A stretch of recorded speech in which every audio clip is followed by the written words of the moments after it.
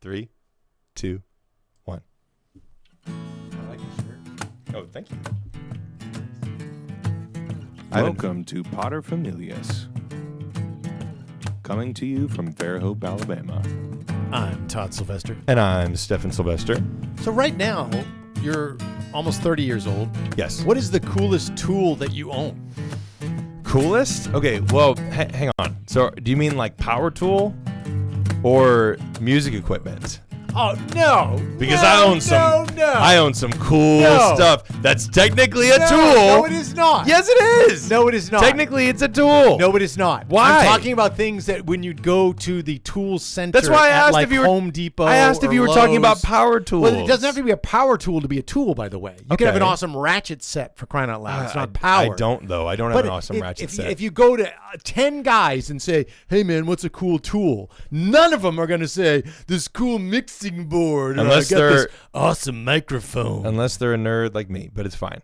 Man, if you we say have the like, little purple hammer. No. I was going to say that we have this little set of purple tools that Afton had, and I'm trying to think desperately, like, all right, what's in there? Although I did, for my drill, I did get this killer set of drill bits. Okay. And it's good. It's a Cobalt. Yeah. Good brand. Lowe's, yeah. And I dig it. I use it all Lowe's the time. did not sponsor this podcast, by the way. But LaCroix did. But if they want to, no, they did not.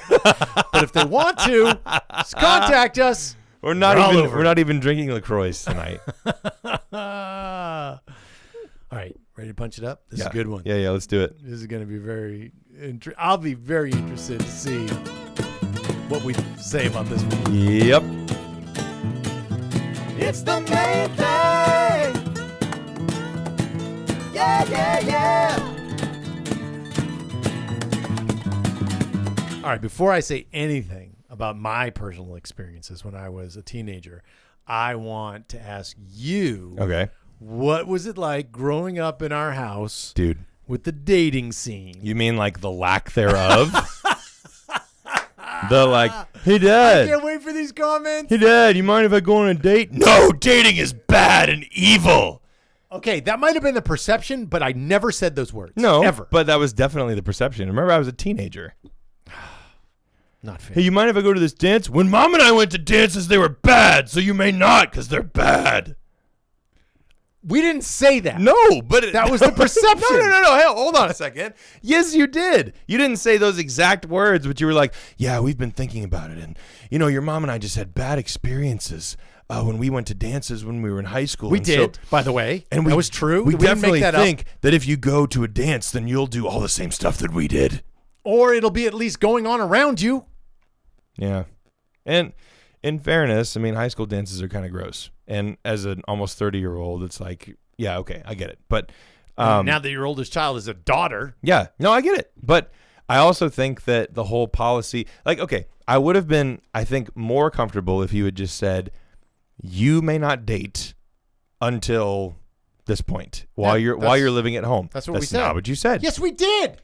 Well, first of all, you're the first kid, remember. Mm-hmm. So you make all the mistakes on the first kid. Yeah. And you're sometimes changing things on the fly. Yes. Because you don't know what's going on. That did happen. But the rule was you don't date in high school. You don't date in high school. And that was the rule. And at least I remember explicitly saying it to your sister. I definitely just kind of ignored that. Okay. And that's not to say that I was secretly dating anyone really beyond like, a little bit of hand holding and sitting next to girls that I liked on the bus. But I mean, that was about it. And what I mean is I wish there had been like a no tolerance policy in terms of like, instead of letting me argue myself to death about why I should be allowed to go and do stuff where I could potentially, do relationship stuff. I wish there had just been a like, nope. And if you respect me, then you'll listen. Because that would have been a little bit easier to swallow. Yeah. Because I always had the sense of like, man, if I can just make my case and do it well enough, then they'll listen. We just. By the way, none of this is criticism. No, and even if it is, it doesn't matter because it's water under the it's bridge. like who cares? But the point is, we probably with you especially, we didn't want to be that heavy-handed we wanted to have an open conversation and a discussion. And I don't even know how set we were when you came along on, because also you have to tell our listeners how old you were when you started high school, by the way. How old was I? 14? 13. When you started high school, 12. You were 12. I was 12. Yeah. Yeah. Mm-hmm. So that's a big difference too. Yep. Graduated when I was 16. So that was hard for us because we were totally like, fair. oh man, Yeah. You're in high school and you're getting invited to dances when you're 12, 13 years old. That's totally fair. What the heck? Some of these girls could drive already. Yeah. And I mean, granted I was homeschooled, but I felt like I was a fairly mature 13 or 14-year-old. But I thought so. I don't know. Which to me was even more dangerous. I mean, this is the thing. When you're talking to your kids about dating, mm-hmm. it is hard because you want to treat them maturely, but you also do want them to know that you know better. We also have to talk about more typical situations with parents talking to their kids about dating, because this one is so unusual, probably. It is. Because I've talked to people that are like, oh, I'm in 6th grade and I've got my first girlfriend. Yeah. And the parents are perfectly cool with it. They're like, hey, this is great. And what they mean is they supervise. Okay, now there are families that don't do this, but from what I understand from the kids that are in my youth group who are doing that type of thing, mm-hmm. when they say they have a girlfriend, what they mean is they have a person who is aware that they like them, but they literally don't speak to each other. Well, or maybe they text or something, huh? No, at this point, nobody really texts at that age. If they have a smartphone, then they probably are sending messages to each other on some app, but it's different for every kid. Yeah. And it's one of those things where if the parents are doing it properly, then what they do is have like supervised hangout time. And I think that's actually a really good and healthy thing. As long as they are actually paying attention and actually supervising and not just being like, okay, like go have fun. Right. So that's, I think, a little bit more where most people are coming from. Now, you are a middle school youth minister. I am. I have been for several years 7th, now. and 8th graders. Yep. So starting at about age 11 is when the kids are my students, and they graduate and move on to the high school program when they're around 14. About how many of those kids are dating? Oh, maybe 1 out of 5. Okay. Maybe. So 20%. Yeah. And when I say dating, I mean the way that middle schoolers date, which is they say they like each other and that gets passed around to their friends, and then they become official, and then it lasts 2 weeks, and then they don't speak to each other for a month. Okay. Well, which sounds pretty tame, although unfortunately I was just talking with a dad the other day who was infuriated because his daughter who's in middle school, was quote unquote dating this boy, and he had never seen the guy before. Mm-hmm. And of course, I don't think the kid knew maybe that the dad was a cop. And that's fun. Right. But then he had to have a talk with his daughter, because his daughter was like, well, I'm not sure if I like him anymore. And he's like, why? It's like, because he asked me to do something really inappropriate. Mm-hmm.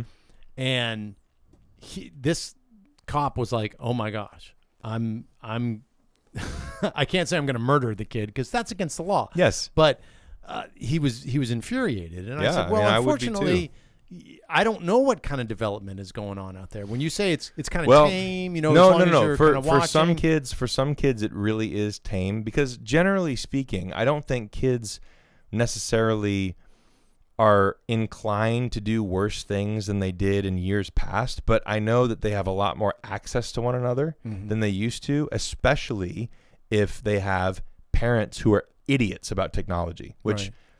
And offense meant, by the way. Whoa! A lot of parents have no freaking idea what their kids get up to on their smartphones, and they should be ashamed of themselves if their kids ever do anything that they don't like. They should be ashamed. And I can say that as a middle school youth minister because it is horrible. Right. Now, having said that, there are some parents who take their I guess, role in their kids' relationships with other kids, romantically or otherwise, very seriously, and do a very good job of making sure that their kids have the freedom to have friends and to maybe even date a little bit, but they are very careful to make sure that their kids don't get themselves into situations that they're not ready for because of having a smartphone and unfiltered access to the internet. Right. So there's a lot of kids in that situation, and I think there are some pretty malicious apps that sort of take advantage of that, of the fact that parents don't really know what's going on. But slowly but surely, they're coming around. It's just taken longer than I was hoping. Yeah. And all this to say, there's a really healthy way that you can encourage your kids to start that process of learning how to be in a romantic relationship with somebody. Okay, how? Well, I saw this one family have a policy where they did exactly what I described a minute ago. They would have supervised dates. And so this boy and his girlfriend, when they were around 12 or 13, their parents would take them both to Sonic, and they would let them go and sit at a table and eat ice cream together. And the parents were on the other side of the patio just hanging out. And so they didn't bother them. It's not like they were watching everything that their kids did, but they also were there just in case, and to let them know, like, hey, this is something that it's good and healthy for you to do, but we're going to give you the freedom and the space to be able to actually do it. Yeah. Yeah. Like, learn how to talk to somebody that you have feelings for. And, you know, I don't know if our policy was the best one, or if that had always worked as well as we intended with each one of the kids, because some of our kids are very introverted, and they're like, some of them are young adults and they still haven't dated anyone. Yeah. So I don't know. I will say this, for me, in hindsight, I think that if I had had more freedom than y'all allowed me to have, based on my nature, I probably would have gotten into some pretty bad stuff. And if you were anything like your mother and father, we did get into some bad stuff because we had too much freedom. Oh, yeah. No, you had justifiable worries. And for me, and probably for my next sister in line as well, it was probably the best thing for us at the time, even if we didn't feel that way. Right. So trust me, there's no like lingering animosity or tension for the way that you raised us. It's like, hey, fair enough. I get it, because I dealt with all the things that you're supposed to deal with in high school and college, and I'm glad that I did, because boy, I was not prepared when I was in high school. Right. I wish that I had been talked to or mentored in some way, because I had no problem telling girls that I was attracted to them. I was a little quirky. I didn't know how to, quote unquote, date. I didn't know what that meant. You're talking about high school. Yeah, high school.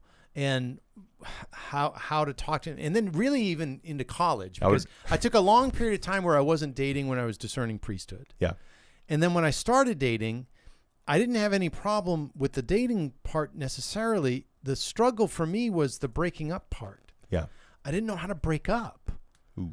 Because I felt, called to break up with a girl that I had seriously dated, and I didn't know how to do it. So I thought, I know what I'll do. I'll just stop communicating with her. Wow. Altogether. And I was an absolute jerk. And I've talked about this already on the podcast, but it's one of those things where I just didn't have any training. Yeah. I was pretty clueless about it. And I am so grateful that once that was over and I asked for forgiveness because I needed to, and I started dating your mom, that was the last time that I was ever going to date ever. I was like, oh, thank God, because I am not good at this. I'm so glad to not have to date anymore or think about it. And I honestly feel really bad for people that get into a sort of stable relationship and then, because of the relationship not working out, suddenly have to learn how to date again when they're in their 30s or 40s. It's like, I can't imagine. Yeah. That would be horrible.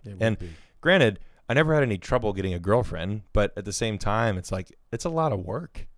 And I don't mean that in a bad way. It's like, it should be a lot of work. You put in the time and you want to find out if you're really serious about this person or not. But I think just thinking about my kids. Yeah. What are you going to say to them? I'm really interested in this. So Afton and I have sort of come to the same conclusion about smartphones. We do not want our kids to have smartphones until we feel like it's necessary for them to either be able to do their school or work. Okay. And so after a certain point, it's like, when they're adults, like when they're getting to be a senior in high school, and if they want to buy a smartphone, it's like, okay.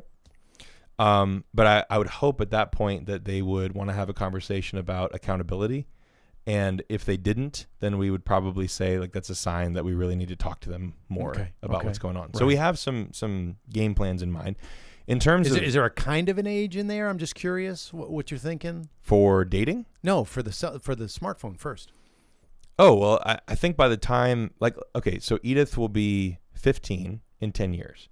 And I think by that time, there will be a lot more data and research about the way that smartphones affect children's brains. Right. Like we've talked about this on the podcast already too.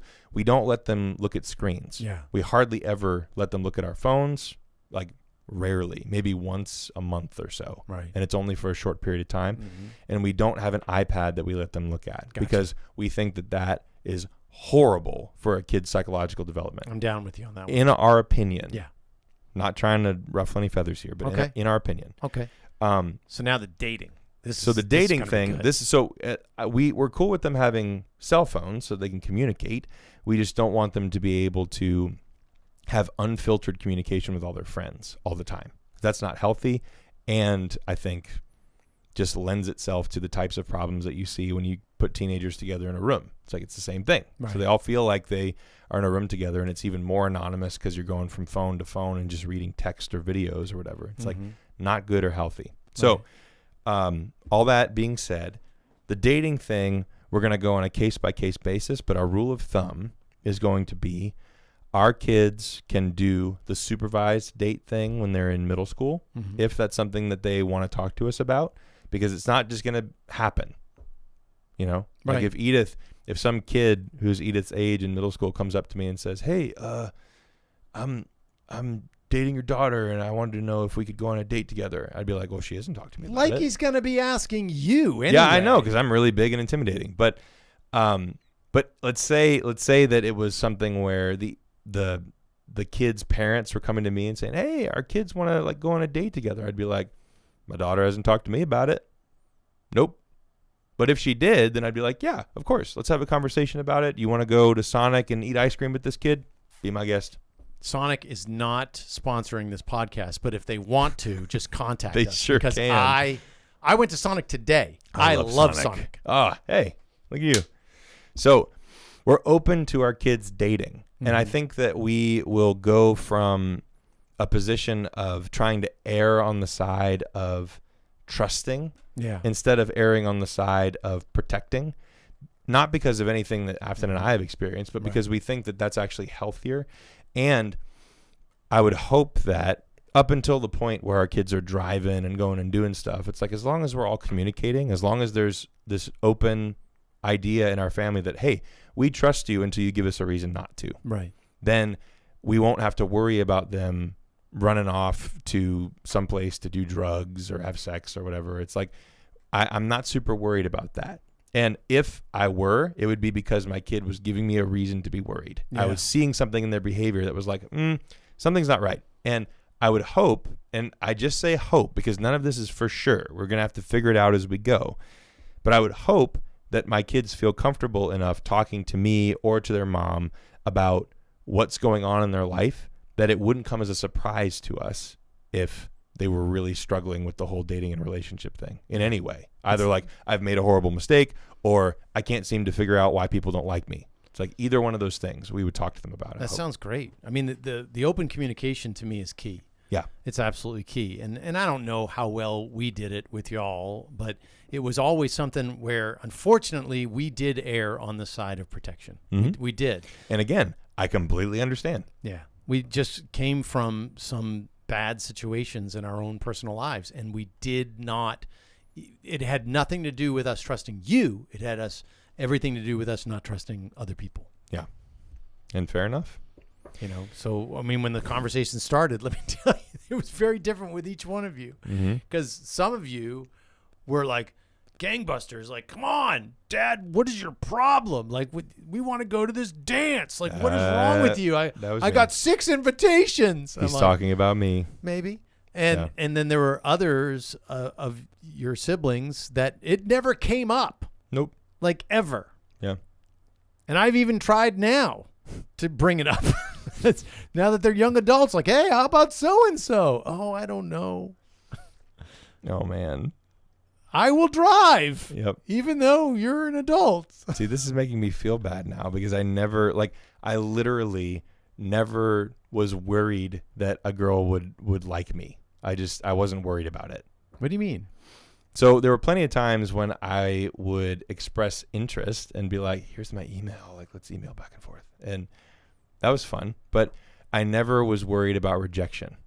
In fact, the only time, and this is maybe why I still have this lingering bitterness toward Minnesota, the only time that I was consistently rejected just for asking somebody out on a date was these freaking Midwestern girls. I don't know what it was, but they, I guess, looked me up and down and were like, Southern boy, not interested. Because they knew that you would take them away from the ice fishing. Dude, I don't know what it was. That's exactly what it was. I'm being 100% serious. It wasn't ice fishing. Come on. I don't know what was going on. Hang on. We have to give more information for those people listening. You had just discerned out of seminary. I had. And they might have looked at you. They were dating other guys who had just discerned out of seminary. I didn't get it. I was like, I don't know. Do I not hold my emotions inside enough for you? Like, I don't know. Were they dating any other Southern guys? No. Exactly. So that must have been it. And again, it's they couldn't handle your fiero guaponess. It's not that. It's not that. And it's probably, and there was a Midwestern girl that I dated when I was up there, and she was awesome. I liked her. Yeah, and our relationship was great. And so I'm mostly just being silly here, but I also did have that experience, like never in high school, because I didn't really try and get anybody to be my girlfriend because of the whole rule. Yeah. I never had the experience of hardcore rejection. And then I did 2 years in seminary after 1 year of going to South Alabama here.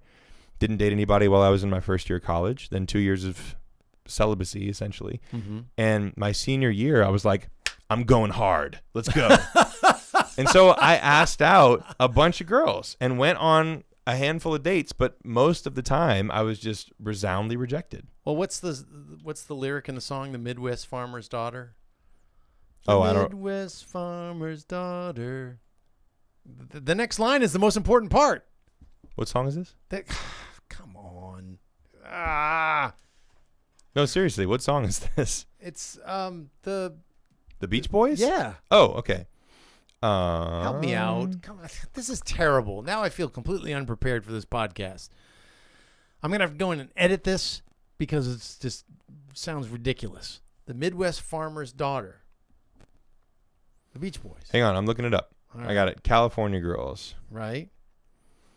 The Midwest Farmer's Daughters really make you feel all right, and really make you feel all right. Now, is that true? Because you're complaining about them. Well, I mean, I don't want to get into an argument with Brian Wilson, but I mean, I don't know.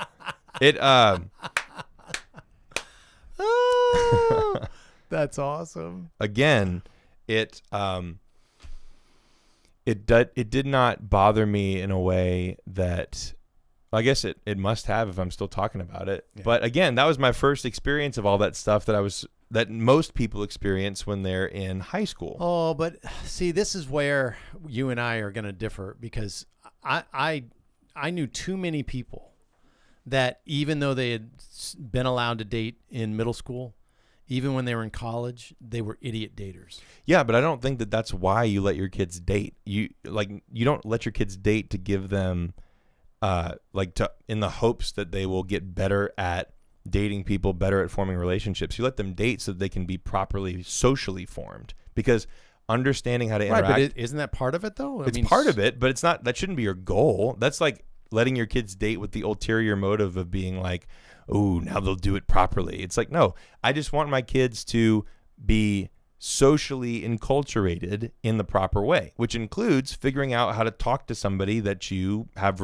sort of romantic feelings for. Right. Okay. And that's fair. What Mom and I decided was that would be the best understanding of a social environment to us was a youth group. Yeah. That's what we just liked. Fair enough. I mean, look at me. I'm a youth minister now. I have been for years. Which is pretty awesome. Yeah. It must have And I think you were Must have translated. pretty good at telling your wife that you cared about her. Yes, I was. That was a fun story. Yeah. And I still love that you Yeah. asked her to marry her when she was wearing rain boots. Mm-hmm. Sure did. She had just woken up from a nap. Nice.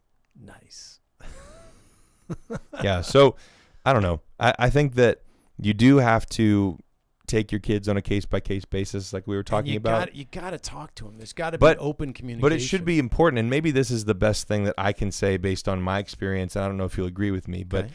you need to have a principle that you decide on before your kids get old enough to do this, and then you need to stick to your guns. Agreed. No, I do Stick agree to your with you. guns. And that's going to be hard because normally the parents will come to me and one will want one thing and the other parent wants something different. Yeah, so unify yourselves on that principle. Either you're going to let your kids date or not, or and if you are, some then- gray area then this there. is what it's going to be like. and then stick to your guns, because it's not your job to make your kids feel good about the situation. It's your job to do what's best for them. And they are not your friends. Your Please. children are not your friends. Oh, man. They're not your friends. Doesn't mean that you can't be friendly, but they are not your friends. Nope. So please be their parent. Don't be their buddy. And I'm speaking to myself as well here, because it's important to know, like, don't try to be your kid's friend. It doesn't work. No, it doesn't, because unfortunately what it normally leads to, that I've found, 21 years of youth ministry, high school youth ministry, is then the kids lose respect for their parents. Yes, they do. They think they can get away with murder, and in some cases they do. they can. Yeah. Yeah. But all this to say, there's no better time to start doing all this stuff than now. So it's not like all is lost if you've been thinking this way. I think that the dating is sort of a microcosm of the way that you should interact with your children as parents on a holistic level, Yeah. or I should say on a robust level with Right. all that stuff included. But it's a good indicator of where you stand with your kids when you put a rule in place and see what they do. Absolutely. For something like this, where it seems arbitrary. Yeah. Yeah. I absolutely agree. Fantastic. Yeah, good stuff. Got a dad thing? We only have one kid in diapers now. Have I already said that? Yeah. Oh, shoot. But no, that's really important. I mean, I keep thinking about it. I'm just like, man, You're so we were spending so excited. much money on You're diapers. so excited. It's great. Everybody's potty trained. Our This is our awesome. Sam's Club bill went down by like $100 a month. Oh, It's that- awesome. That is awesome. Yeah. This is so good. You're saving us money. This is awesome. Can Thanks- anyone relate? Thanks for It's like, using no, the body. We didn't have 4 kids in 5 years. Oh, glory. You guys are awesome. Thank Thanks so you. much for listening to Pater Familias. We appreciate y'all.